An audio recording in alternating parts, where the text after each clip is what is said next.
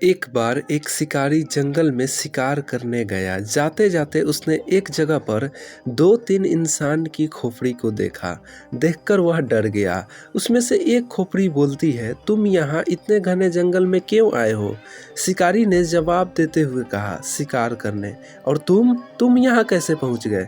खोपड़ी बोलती है, ज़्यादा बोलने के कारण मैं यहाँ पहुँच गया। शिकारी वहाँ से भागकर राज्य के राजा के दरबार में पहुँचा और सारी घटनाओं के बारे में राजा को बताया। राजा ध्यान से उसकी बात सुन रहा था। उसके बाद राजा ने शिकारी से कहा कि तुम झूठ बोल रहे हो, लेकिन शिकारी जो था वह अपनी बात पर अड़ा रहा। राजा ने सैनिक को बुलाकर कहा, इस शिकारी के साथ जंगल में जाओ। अगर इसकी बात सच पाई जाती है तो इसे इनाम मिलेगा, और अगर इसकी बात झूठ पाई जाती है तो वहीं इसका सिर कलम कर देना। चारों सैनिक उसके साथ जंगल में उसी जगह पहुंचे जहां खोपड़ी पहले से थी। सैनिकों ने शिकारी को कहा, अपनी बात को सिद्ध कीजिए।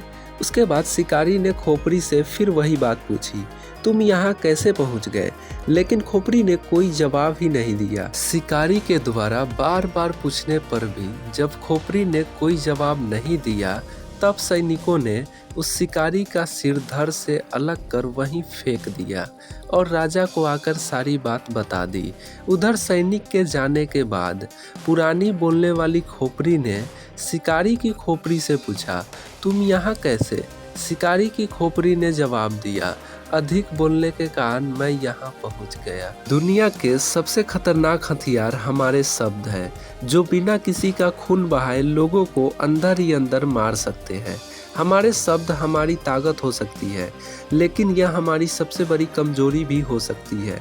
अगर हमें नहीं पता कि कब, कहाँ और क्या और कितना बोलना है, यदि हम सही समय पर सही इरादे के साथ सही शब्दों का प्रयोग करते हैं तो यह हमें एक सफल व्यक्ति बनाता है। लेकिन अगर हम सही समय पर सही इरादे से सही शब्दों का इस्तेमाल नहीं करते हैं तो यह हमारे जीवन को नर्क से भी बदतर बना सकता है। हमें कम कब बोलना चाहिए? हमें तभी बोलना चाहिए जब हमें किसी चीज़ की ठोस जानकारी हो। लेकिन कुछ लोग बिना जानकारी के किसी भी विषय पर बोलने लगते हैं, जिससे उनकी बातों पर लोग विश्वास ही नहीं करते हैं। कम बोलने से आपकी बात में गंभीरता होती है, जिससे सभी लोग आपकी बात को सुनने में दिलचस्पी लेते हैं। और जब आप किसी को ध्यान से सुनते हैं तो बात करने वाले व्यक्ति को अच्छा महसूस होता है। बोलते रहने से ज़्यादा सोचने का वक्त नहीं मिलता है। इसी कारण कई लोग बिना सोचे समझे कुछ भी बोल देते हैं और फिर अपनी गलत बोली की वजह से पछताते रहते हैं। इससे बचने के लिए आप भले कम बोले, लेकिन हमेशा सोच समझकर सामने वाले व्यक्ति से बातचीत करें। हमें कम क्यों बोलना चाहिए? हमें कम इसलिए बोलना चाहिए क्योंकि ज़्यादा बोलने से हमारे मुंह से कई बार ऐसे शब्द निकल जाते हैं जो सामने वाले व्यक्ति को बुरा लग सकता है। कई बार आपस में लड़ाई झगड़े भी हो जाती है। कम बोलने वालों को ये सारी समस्याओं का सामना नहीं करना पड़ता है। चुप रहने से सोचने का ज़्यादा समय मिलता है। हमारे बोलने से सामने वाले व्यक्ति और हमारे बीच के रिश्ते पर कैसा प्रभाव पड़ेगा?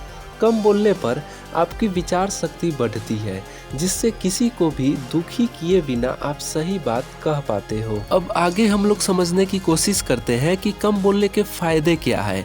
कम बोलने का फायदा ये है कि कई बार हम लोगों के मुंह से ऐसे भी शब्द निकल जाते हैं जिससे लड़ाई झगड़े भी हो जाती है, और जो लोग सोच समझ कर बातें करते हैं उनको ये सारी समस्याओं का सामना नहीं करना पड़ता है। अक्सर डॉक्टर कहते हैं कि बोलने से ऊर्जा खर्च होती है। आप जितना ज़्यादा बोलेंगे उतना आपके शरीर का ऊर्जा खर्च होगा, जितना कम बोलेंगे उतना शरीर में ऊर्जा बचा रहेगा।